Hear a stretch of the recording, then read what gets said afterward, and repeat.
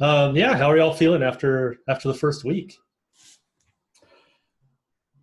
Good, humbled. Humbled in what way? Say more. um, I find it's really hard to um, proving it here. It's hard for me to speak about tech, like knowing, especially going over the demo today. It's sort of like I'm not sure what the words are, how to put them in a sequence that makes sense. Not sure what people should know, don't need to know, shouldn't know until they ask. So that kind of stuff. Yeah, sure. And then even just in building the project, just sort of like you think you have all these concepts in your head and sort of like, and then actually trying to like pull them together in, time constraint. Yeah. Yeah. I hear you on the demo part. I remember the first time I gave any sort of demo to a team at my first job, and I felt like, Ricky Bobby talking about driving a car, like the code went really well. There are tests. Yeah, I mean, that might be one of the biggest challenges, right? Like, code is 90% problem solving, about probably 9.9% writing the code. And that 0.1% is probably the most important, which I've stumbled with a lot talking about it, especially in interviews. Right. I've frozen on many a whiteboard. I've also frozen on many. So what did you do at this job? I wrote code for login, and it's like, so in the 2 years you did there, I was like, I don't know about this enough. Login's very important. Yeah. So yeah, man. I mean, I think it's good that you have that awareness now, and this is be the place for us to practice. Right? I mean, even for us, like this is still practice about talking about code, especially in a mentor and or instructional kind of capacity. It's much different when you're responsible for making sure someone can understand what you're saying. I'm giving you like information context for like learning and not just for delivery. So yeah, that's true. Pretty good thing to call out. Anybody else? Miles, Sarah, Elise, how are you feeling after this first week? I am kind of shooketh. Oh yeah? It's like I feel like number one, boot camp did not prepare me for anything. But number two, it was really eye-opening. I feel like when I left a boot camp, I kind of felt like, okay, this can't be it. Like I always kind of wanted to know like what merge was, like get merged, like all this stuff that they kind of talked about, but we never experienced. And I feel like seeing all of it in action for the first time, like how this would work if I was on a developer team for the first time ever was really eye-opening. Like I was just and I feel like for a lot of it, I was almost overwhelmed because I've never dug this deep into like developing anything. So I was really overwhelmed, but I spent a lot of the time actually forcing myself to get through. And it's not that like, it's a common thing for me, even with circus. Like I started and I was very overwhelmed and I was hesitant and I was like not wanting to push myself.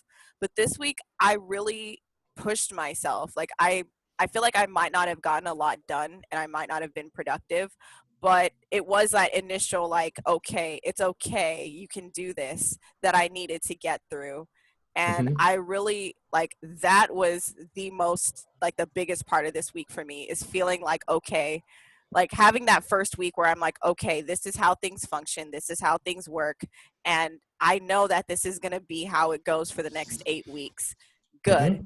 Like I know, okay, I have to Google things. Good. I know things are going to get frustrating. Good.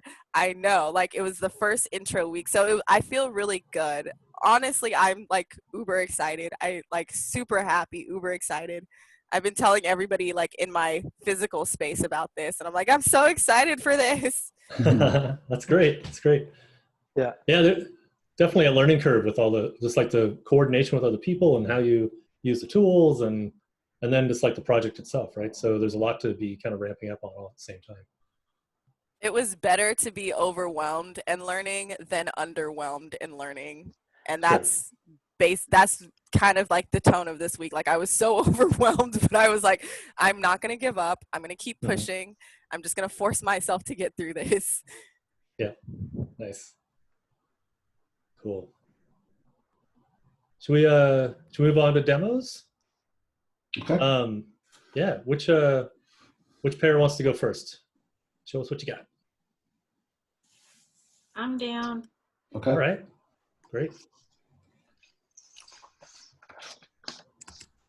So I'm going to screen share here.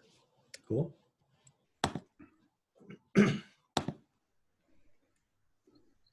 Wow, you guys designed a Zoom interface? That's amazing. Yeah, we got bored and moved on.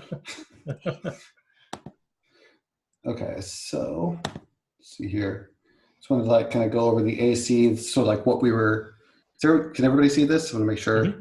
Yep. Okay. So what we were trying to deal with beyond just adding these dependencies was making sure that we could read from and write to the database. And we have set that up here. So we just have a simple form and a submit button. And that adds items to the list. And you can see that show up over here in the database someplace. Never know where it's going to land. Mm-hmm. And nice. I like that you have that in a test items collection too, so it doesn't clutter up the main. Yeah, so that's I took that from you. So you can see that showed up here in this line, and I can delete that item on the database, that document, I should say. Mm-hmm. And the view will update there. Nice. And we also added for the fun of it, we're just testing around with the database or the database Firestore. And so you can click on those and delete them. Oh, okay, cool. So that's how we prove the AC. Elise, do you want to go through the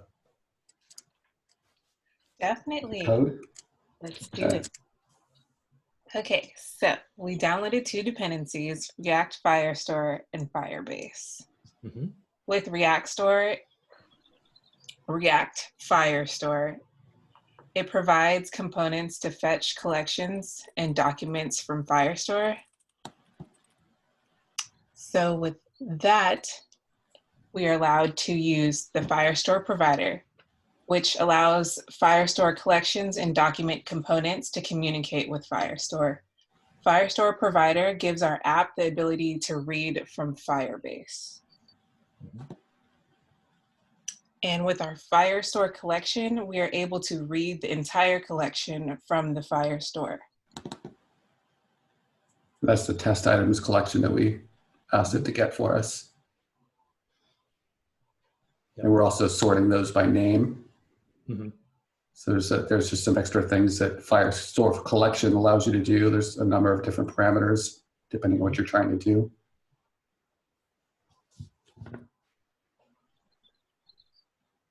And then we have our add list item, which is a simple form to add data to the database.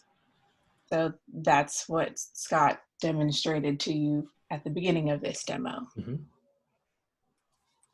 And I should go back. So building off of what Elise said about React Firestore, it is pretty much a read-only library. And so we knew that we were going to need to write and possibly delete and other things on the database. So we tested, I created this database object over here in the Firebase.js. It's basically what other people might call Firestore. I just decided to call it database. And so I'm passing that to any components that need to do something like delete, which the test item, the test list has delete function here. Mm-hmm. And the add items obviously has add. Yeah, did you see my comment about that? Because I think you actually could use, React Firestore provides what's called a higher order component. And what? Yes, yeah, actually that was something interesting I found out, or at least I think I found this out today, because we had initially used with Firestore. We actually have that wrapped. Mm-hmm. We have this component wrapped with Firestore, but it's still read only. So React Firestore, I'm pretty sure only reads. So what that should do is provide a prop like so this dot props dot something Firestore. Or, Oh, is that what it is? Is it under Yeah. this dot props dot Firestore? Firestore or Firebase. database, or I'm not sure exactly what. I think it's Firestore. It is Firestore. Okay. Okay. And that way, that's the same thing as that DB object that you're passing around. So, so that is kind of provided for you by the component. Oh, okay. It'd be interesting to see if that works. Just that little change. I'll just double check and refresh. Yeah, it looks like it is.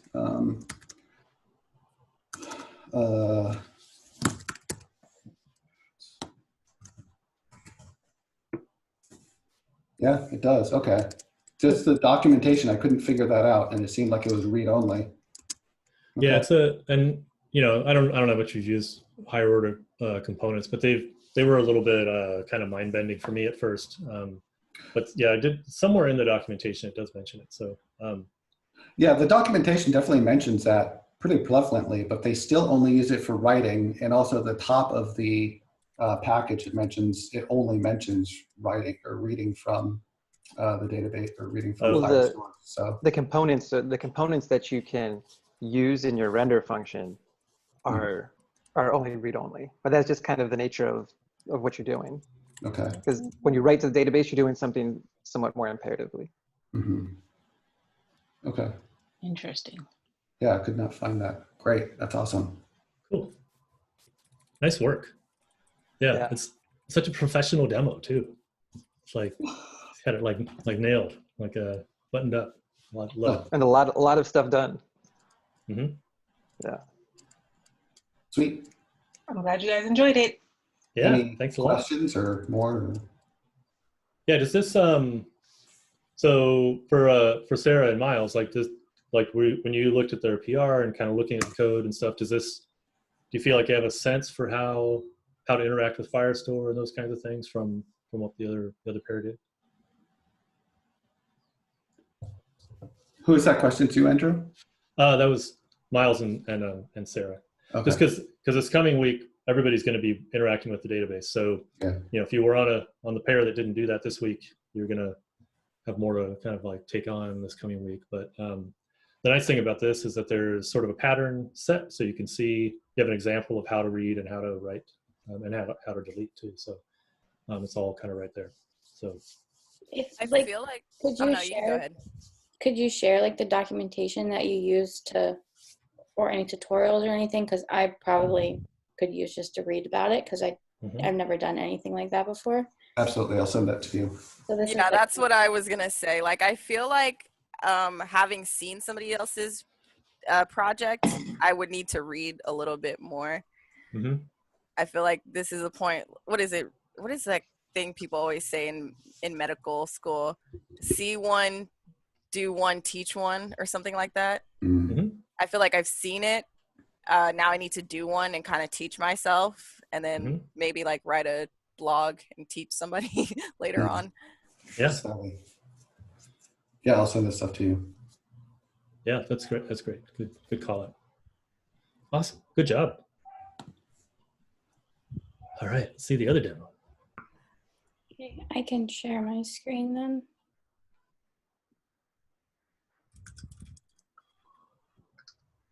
Okay, so we had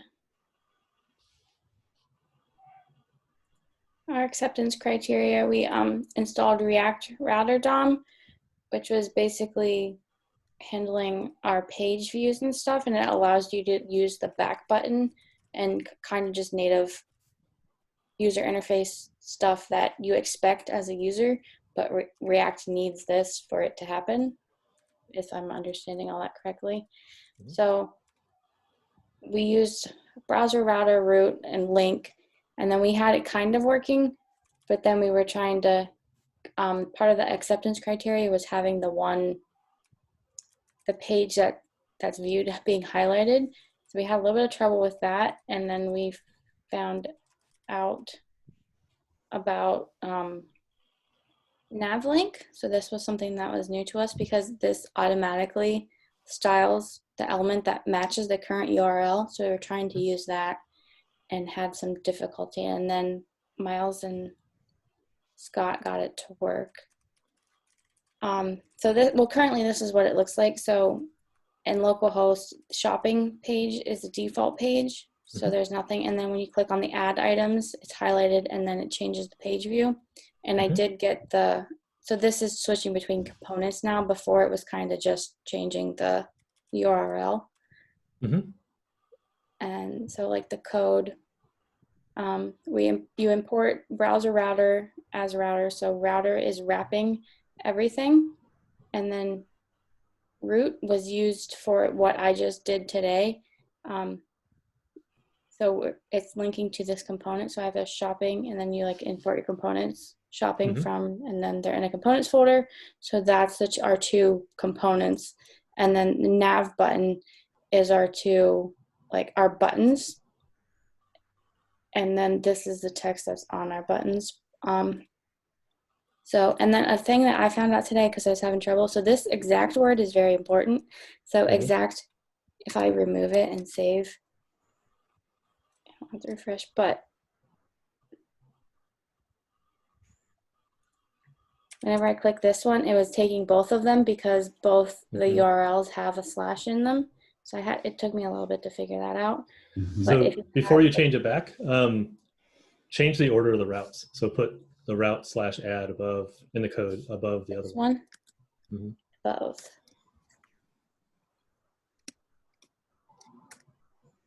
Does that fix it too? I thought it would. You might need the switch component wrapping the routes. Oh, right, yeah. Okay, so. But no, you're right. You can use the exact keyword as well. So it'll only match if the route is exactly the same. Yes, that's what the documentation, I found this tutorial that we were using and they had exact in it somewhere, but this is pretty good. I can share this if you guys want to go through like installing it and all the routing and stuff, the Nav Link that we used. Yeah, that's a great find. Yep. All of that. So I guess that's it. Miles, they figured out this stuff yesterday, and when I was looking at the code today, I noticed that you guys changed up a lot of like where stuff was in like was it the index or the nav button, sorry, in the components folder. Yeah, this is our nav button, and this is where they moved the Nav Link to make it work. So I don't know if they would like to say anything about that. I think I really don't have much to say, mainly because Steve did most of it and I just watched. Okay. And I was going to take a few minutes to like look at the difference between the two just to like compare, but I got distracted. But I do like, I looked at the difference, just looking at the difference, like when I pulled up localhost, and I really do like the solve that you had. It does look, I don't know, it looks very well done. And we did kind of waffle on like, should we go into making it look a little better? And then we chose to stop simply because I know like further down, there's a lot of styling stuff that went on. So we were just like, it doesn't make sense to style it now and then have to restyle it later. So I think that's the main difference I could see between the two. Yeah, I took out a lot of the default stuff, like that header with that big dark background. And Steve actually wanted to do that. And I was like, it doesn't really make sense, but okay. So now we do get to see like the opposite side. So maybe we should have left it. Or maybe we should have taken it out like you did. Yeah. Yeah, it could go either way. I mean, we are going to spend some time kind of trying to make the app look, more polished and stuff later on. So it's not crucial that any of that stuff's in there right now. One thing that I'm noticing as we're kind of looking at stuff, we should probably come up with a standard way to capitalize things like file names and components and stuff like that. I was wondering about that. Yeah, we the very first cohort that ever did this, their first weekend, they spent hours trying to untangle the fact that one person had committed stuff all lowercase and one person had committed stuff with camel case, and and on maybe like a Windows machine and a Mac, and like it was a mess. They spent all day trying to like get that undone. So I want us to avoid that if we can. So I'm seeing like nav button. Sorry. It's not a capital B, but add item, it is a capital I. So I just, we should just try to be consistent about that stuff. Is there like with Angular, they use like a lowercase kebab, I think. Is there a style format like that for React? I thought for React, like you capitalize these, and then I don't know, like you can lowercase everything. But I don't remember what it was, but there was something about how like this should be capitalized, your component names. Yes, definitely component names. I'm more wondering about the file names. Okay. Yeah, I mean, all the default React stuff has capital letters in the file names, and it always makes me nervous because it's like if all file names are all lowercase, you never have a problem. And as soon as you start having some be uppercase and some not, then it's like the risk of something happening like kind of creeps in to me. But that's just my kind of personal take on it. I don't know if Steve or Jason, if you have opinions about that stuff. I think. Well, first, that probably was supposed to say, well done, not weird. Yeah, nice job, Miles and Sarah, by the way. Yeah. And Scott, too. Typically treated page components to be capitalized, or all components to be capitalized. One, it kind of reminds you that all components, whether they're functional or classes, are technically all constructors. Right? They're all like giving you an instance of something that you include somewhere. Nice. And it's a pattern that you do follow in JavaScript, right, of capitalizing your constructors. It makes it easy and nice for you to understand. And then that does mean that like in your lib file, if you have like a conf.json, that doesn't have to be capitalized, and you know right away it's just from metadata or something else. Like it doesn't actually instantiate something. And the other thing that I was noting in the chat is that the other thing you can run into that's really weird is that if, Scott, you had components add item in camel case, and Miles, you have like add item in all lowercase, Mac OS would allow you to have both depending on how you formatted your drive, but Linux and Windows won't, depending on how you format those in the file system. So you can have Windows ignore one and you can have Linux ignore the other, and you would never know like what's what. So whatever we do decide on, I do personally think components and like whether they're like a view or a page or just individual piece, capitalized works well. Like and it just follows the same pattern that you do for naming your components in the code itself. Okay. Sounds like Steve's on board with that. Yeah, I'm all about capitalizing that first letter, just for all the reasons Jason was talking about. And just to be clear, just because there's some lag and stuff, you guys are talking about the file names. Correct. Okay. So yeah, we're saying the file name should at least should probably match the component names, the same capitalization. Perfect. Thank you. Somebody could do a small PR where they just rename everything to have the right cases, and then just going forward, we just kind of remember to do it that way. So I mean, even like one of the mentors, we could throw that together pretty quickly. Once stuff is merged to master, then we should maybe do that step. Cool, great demos. Probably the best first week demos that I've seen in Collab Lab. So give yourselves a round of applause. Nice job.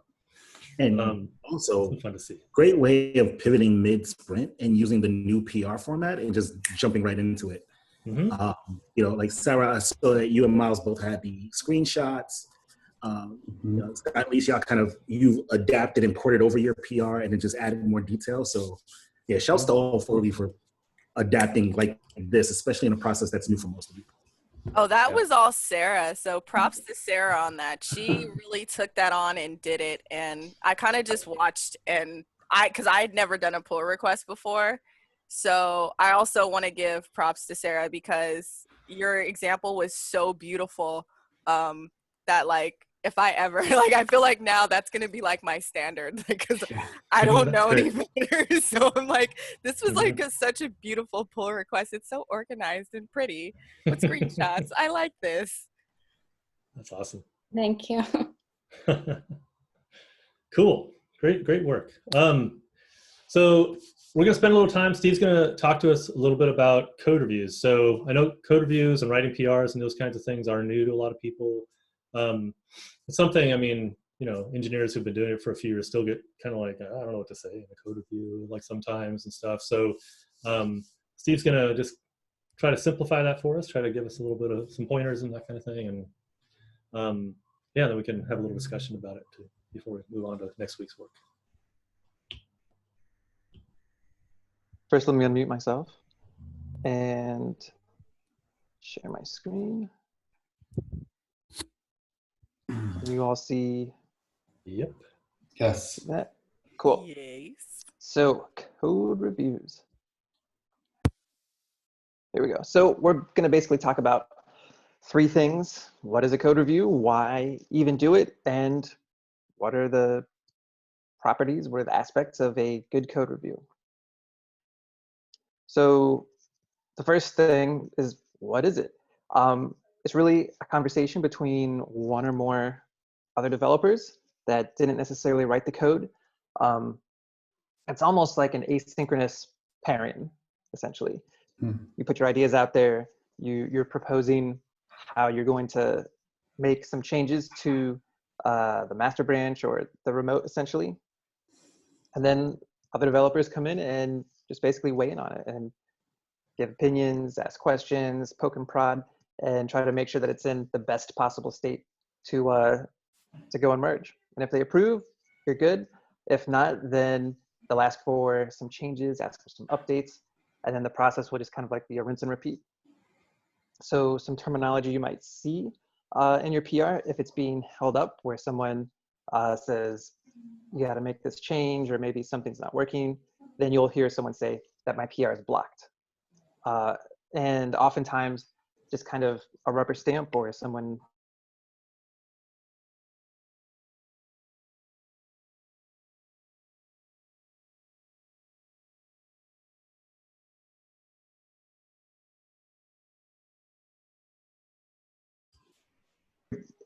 embracing pair programming, then they might just skip the review process altogether or the PR process, because you're kind of doing that in real time, right? You have someone who's watching you and you're both kind of collaborating. You're doing the real-time code review, essentially. And so it'll just go right in. So why do we even do a code review? It's really about sharing knowledge. Some people will try to catch bugs. They'll try to use it to enforce coding standards, but all of these things are much better served with automation, whether you're using automated testing to catch bugs, and then using something like ESLint or Prettier to enforce coding standards. Those are things that you might catch those in a pull request when you're reviewing code, and you can call them out for sure.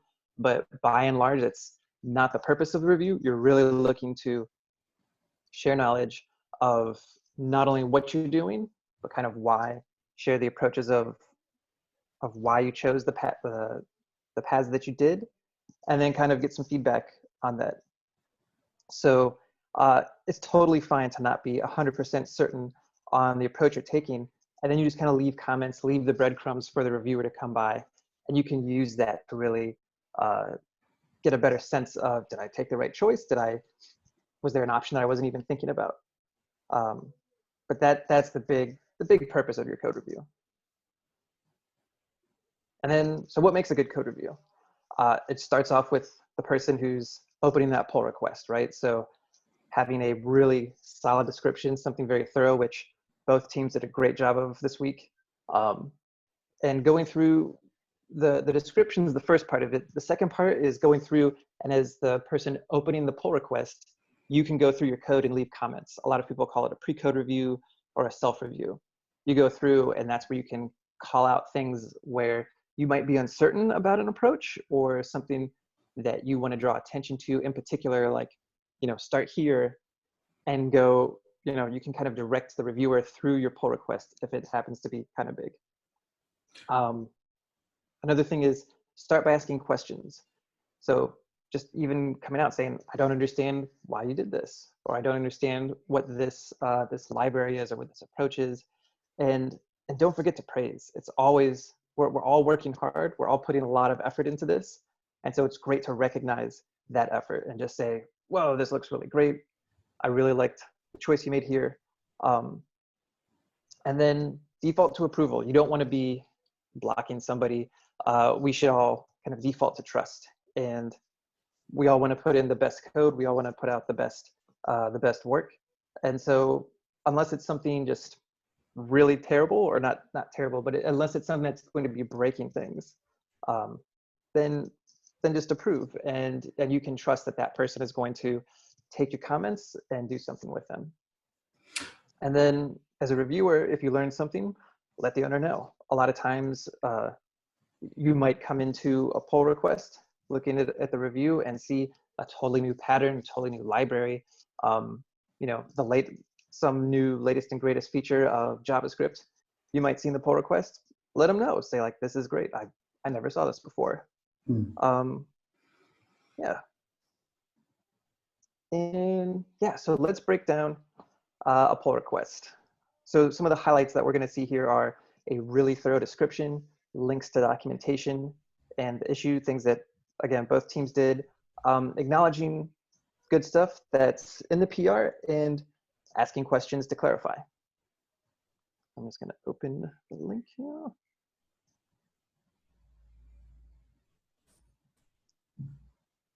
Okay, so this is one that Stacy had opened up way back on TCL 3. And a lot of the, I think this issue is linked in the PR template. So we're just gonna go through and say like, why is this one that we kind of highlighted? So right off the bat, you can see, right, where she's communicating exactly what type of change there is that's in the template now, and kind of going through and the acceptance criteria, which is pulled right from the issue that we have linked here. So one thing that's really great is a super thorough description. It's not only talking about what changes are being made, but why are these changes being made? And here's some links to documentation to kind of fill in some gaps, which makes it, anything you can do to make it easier on the reviewer, all the better. If you can drop them a link rather than assume that the reviewer is going to look it up themselves and go review it, that's just being even more respectful of their time. And the more respectful you are to reviewers, the more likely that people are going to want to review your code and get it done in a quick way. So really thorough description, and then really great steps to test the code that's been changed. That's another big thing, is a lot of times I've seen code get checked in and there'll be a pull request and it's just kind of like, all right, go and test it. You know, figure out how to go through these steps. And again, way more respectful on your reviewer to go and say, here are the ways to test it. Here are the ways you might trigger an error, but almost default to over communicate on your pull request descriptions. So any questions with this, or anything that you saw if you've seen this one before? Cool. Okay, so just going into, so some of the comments here. This is when I try to actually get a bit away from now. If it's a nitpick, I usually won't even say anything now, because it doesn't add as much. If it's worth saying, then say it. Otherwise, you can leave it out. In this case, I should have just said, I didn't need to say a bit of a nitpick, like it was worth bringing something up. But even here, this is sort of an inside joke. This was from a post that Stacy had written, but basically just calling out and saying, this is great to use semantic HTML rather than div city. But just calling out and saying, this is great, right? Calling out saying, okay, awesome, reusable state, reusable component that we can come and drop in and not have to rewrite every time. And then asking questions, why are these comments here? If something seems to, I don't know, trigger a question in your head, or something where you say, oh, I wonder why, put it in the comment and just ask that question and get that answer. A lot of times it might even have the reviewer the author think about their code in a different way that they might have before. Again, calling out the good stuff. Anytime you see something where you're like, yes, I like this, I'm glad they did this, let them know, let that person know. Yeah, and again, coming back, these little things where it's not necessarily bad or broken, but it's a question that's coming up. Why did you choose this or that? When I'm opening a pull request and I know that I've done something that might give one of those questions, that's where you leave a self-review comment and you say, oh, I chose this because of this, I chose option A because of this reason. Here's a link that influenced my decision. And then maybe even talk about trade-offs or something like that, but always over communicating and making it easier on yourself and making it easier on the reviewer. The whole process will go a lot faster. And again, just calling out more questions, asking. Stacy's always quick to respond back, and then using emoji is always great to just say, cool, I understand, that looks great. But yeah, that's just kind of breaking down the PR that we've linked in the template. Oh, I stopped sharing prematurely. Let's get back here. Okay. So yeah, just wrapping up, there are links here that go into more depth about opening a pull request, leaving descriptions, leaving comments, and just kind of really going a little bit deeper into the things that we just talked about in these slides. Yeah, any questions about opening PRs, going through the review process, or anything else? May I see the 5th slide again? Slide 5. So this line in What Makes a Good One, the pre-code review, annotate your code to orient the reviewer, is that like something you might do when you've still got it in draft mode? For sure, absolutely. Okay. In draft mode, even more so in draft mode, because you're really looking for feedback about a work in progress. And so anything you can do to leave your train of thought, you could write it all in the description, but then it kind of takes that person going to the description and trying to map that to the code. If you drop it right in the comment, you're pointing the reviewer exactly where you're thinking about, and you can have a really targeted comment about where your mind is. Mm-hmm. Yeah, and in particular, like if you have a piece of like a section of code that you're like, I'm not really sure how this works. I got it out of an example. If you know a better way, like it's totally valid to put those kinds of things in there too. It kind of helps the reviewer to focus in on like, oh, like you might need a little bit of help on this part of it that's kind of tricky or something. Mm-hmm. It's like the Jerry Maguire thing. Help me, help you. Yes. Exactly. How does this? What did you think about opening? Oh, go ahead, Steve. Oh, I was gonna. I think probably say about the same question. Like, how does this work with the PRs that you opened? How was the process of going through a review this week?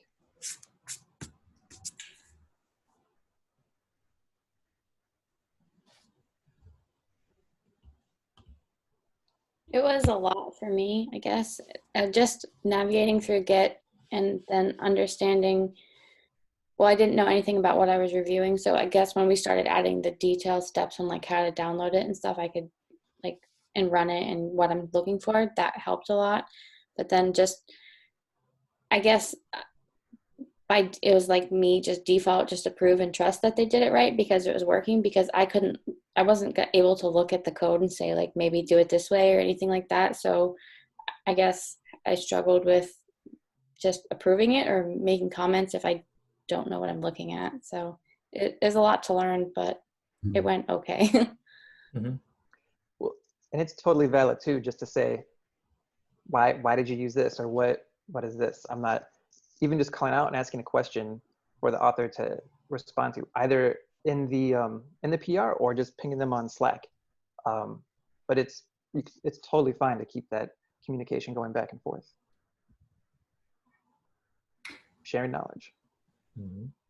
It also becomes a great repository for all that knowledge for you to then put back in the Slack later, and for you to draw for any blog posts you write in the future.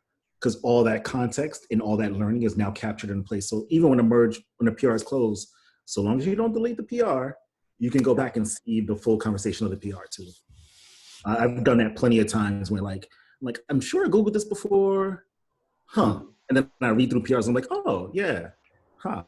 It was the link that Andrew wrote, great. Yeah. So like, it's just great to capture that and just have it as a reference for everybody on the team. And even looking further down, post Collab Lab, this is a repository of how you work with other people. So it's going to be what you do in these pull requests is representative of how you work on a team, how you communicate. So just doing all of that is going to really serve you well down the line. Miles or Elise, is there anything like how did it feel to do the code reviews and stuff this week? I wasn't so sure how to go about it. Mm-hmm. So, but I do really appreciate that it was like figure it out first and then we'll kind of tell you what to do. I like that because I got to like I did a lot of reading. I didn't so much like know what to review, but I think now that I see this like this laid out, like I feel a lot more ready to go into next week and to like actually do this. I said on Twitter earlier that this week one of my focuses was going to be being a lot more proactive and doing a lot more of the stuff that I just watched this week. So this actually gives me like, here, this is what you do. And now like I can take this and say, okay, this week, pull a request. I'm going to do a pull request. I'm going to be proactive about it. And I'm going to like, it gives me a thing to like put a pin on and say, this is, I'm going to add this. So I really do like this. Nice. I think for me, it was helpful that Scott and I pair programmed on the PR request because we kind of were like, let me just speak for myself. I was kind of not entirely sure at first, like what the structure was or how much of a thoroughly laid out plan was needed for the description.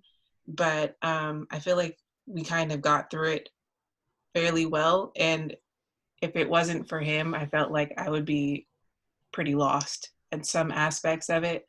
But the template was super helpful as well, especially I could go back and look at Stacy's example and kind of like, okay, cool, I can tweak this and then I can use it there and here. And so the template was super helpful as well. So it was a great learning experience.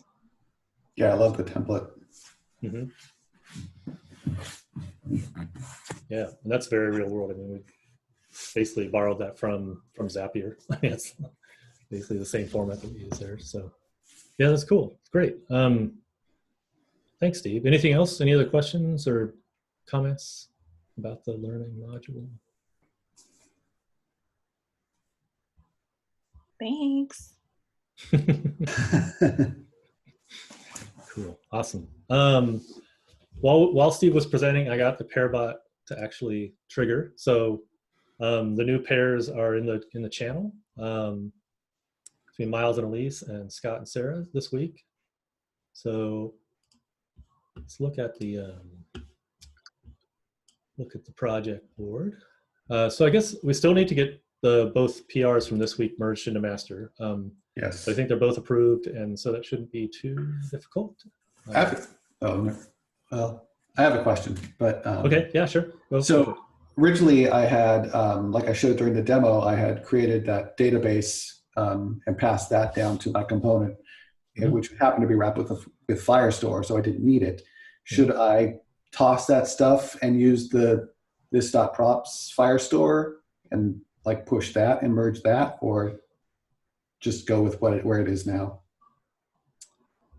It's better practice to use the higher order component, I think. So that's a pretty small change. I mean, one of us, any of the mentors could kind of quickly review that, and then you could, merge that version of it, I think. Okay. Cool. All right. So, so the next two issues, one is, so number 3, issue number 3 is, as a user, I want to set up a new shopping list so I can track purchased items. And number 4 is I want to add an item to my shopping list. So you might be thinking chicken and egg here. Like, how can I add items to a list if there's not if the work hasn't been done to create a list? So this week in particular, there is maybe a little bit of coordination, extra coordination that the two pairs should do with each other about sort of what the data structure is going to look like, right? So where are things, how are things going to be organized, basically? How's the data going to be organized? How's it going to be associated with the user? So it may actually be worth us all kind of talking about this a little bit first, and then maybe breaking off into groups. So maybe I will share my screen here.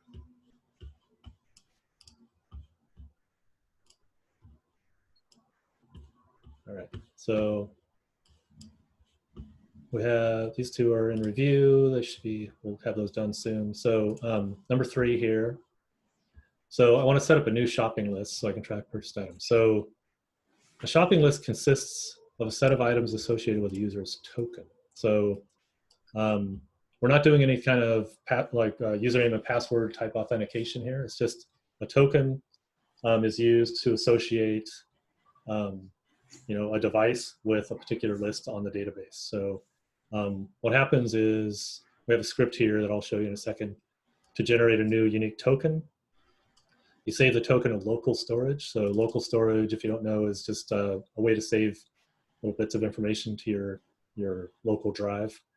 And then once you have that token, you show a list that's associated with that token. So, so I'll show you the script. So this script, there's thousands and thousands of little kind of partial words here. And this script basically just goes through, gets 3 random words and sends it back separated by spaces. So it's similar to diceware passwords, if you've ever come across that. Anyway, so basically that script needs to be integrated into the project, probably into the lib folder. So it could live alongside this Firebase script. And then the AC are basically for users who don't already have a token, right? So there's no token stored in local storage. When they're on that, when they first get to the app, so they're on that / route, that base route, we need a button or link or something that allows them to create a new list. So that's basically going to generate a token, save the token in local storage, and then sort of like refresh the page, which in React world is just updating props. So clicking the button generates the new token, saves the local storage. Once it's created, the user is redirected to the list view. So either we could have it be at /, we could have it be at /list, either way. So that's one story. The other one is, as a user, I want to add a new item to my shopping list. So the shopping list item consists of the following data points. So the name of the item, how soon you're likely to buy it again. So whether it's soon, kind of soon, or not soon, and the last purchased date. So the user should be probably on, it doesn't say here, but we have a /add or /add items route. So the user should be presented with a form that allows them to enter the name of the item and select how soon they anticipate needing to buy it again. So soon, kind of soon, not soon. When the user submits the form, the item is saved to the database associated with their token. So again, like you need to like have that token in the context and somehow associated in the database with that item, along with the item name. So the form is going to show them soon, kind of soon, or not soon. But what actually gets saved to the database is an integer corresponding to the estimated number of days until the next purchase. So 7 for soon, so 7 days, like if they're going to need it within a week. 14 for kind of soon, and 30 for not soon. So they either need it a week from now, 2 weeks from now, or a month from now. So the last purchase date should be set to null initially. So that first time that you, actually that's interesting. Yeah, I guess that's, anyway, the last purchase date, sorry, is null. So you can create an item without purchasing it. So, right. But in order to save the item, It has like it needs to go in the same place that the other team is, like where they're putting their lists and stuff, right? So we just need to kind of figure out between the two pairs how we want to structure that data a little bit. We don't have to do that in the meeting, but I just want to make sure that everyone's aware. We probably do need to do a little coordination around that. So anyway, with that, armed with that knowledge, any questions about the two stories? I have a question. Mm-hmm. So in story number 3, Mm-hmm. that story is about setting up the generation of that token. And so Yeah, it's really the creation. I mean, yeah, from a user's standpoint, or a user's point of view, it's creating a list, right? Like what goes on behind the scenes is that we're generating a token and saving it to their local storage. right, so that branch is going to have the logic for generating a token. Mm-hmm. But it looks like story number 3 kind of needs to use a token to get their branch working. Story So- 4. So when they're saving an item. Yeah. So one way to approach this would be for the pair doing story 4 is just to use a dummy token. Just Okay, use that's what I thought. Okay. some kind of random string that you make up instead of using the actual ones that are generated by the app. So that would be one way to do it, and probably maybe the simplest way. Yeah, okay. Yep. So should we, any other questions before I stop sharing?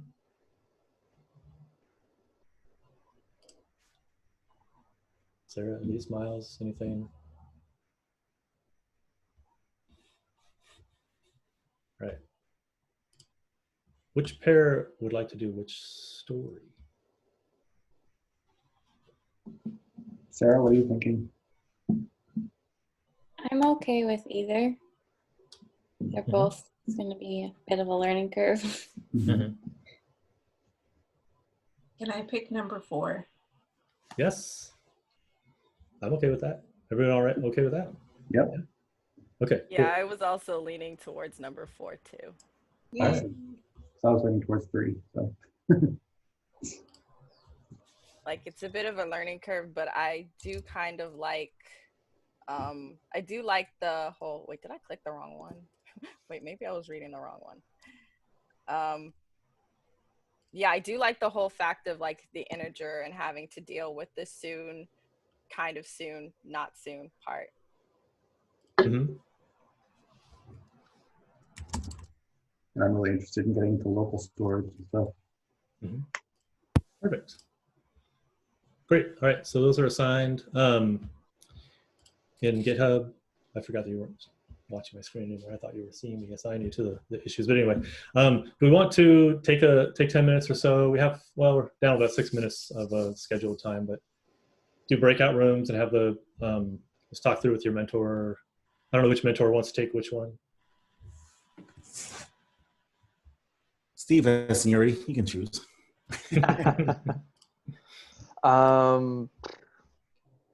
I can do issue 3. Sweet. Yeah. Cool. All right. So 3. Let me do Scott, Sarah, and awesome. All right. So I'm going to send you off to breakout rooms. If either of the mentors have questions for me, I'll be outside of either breakout room. I can jump in. Just let me know. I'll hang around for a few minutes. Are we going to come back here after we talk, or is it just breakout rooms and then we're done? Yeah, breakout rooms. Then you're welcome. I mean, you're gonna do that awkward thing. It's like, okay, see ya, and then you're gonna close the breakout room. Yeah. You're gonna come back and like, oh, hi again, see ya again. Yeah. So that whole thing. But otherwise, yeah, the meeting's basically over. Excellent job, everybody, this week. Yeah, let me know. Like I said, if you have any questions as we go into these. Thanks for everyone's help. Yeah.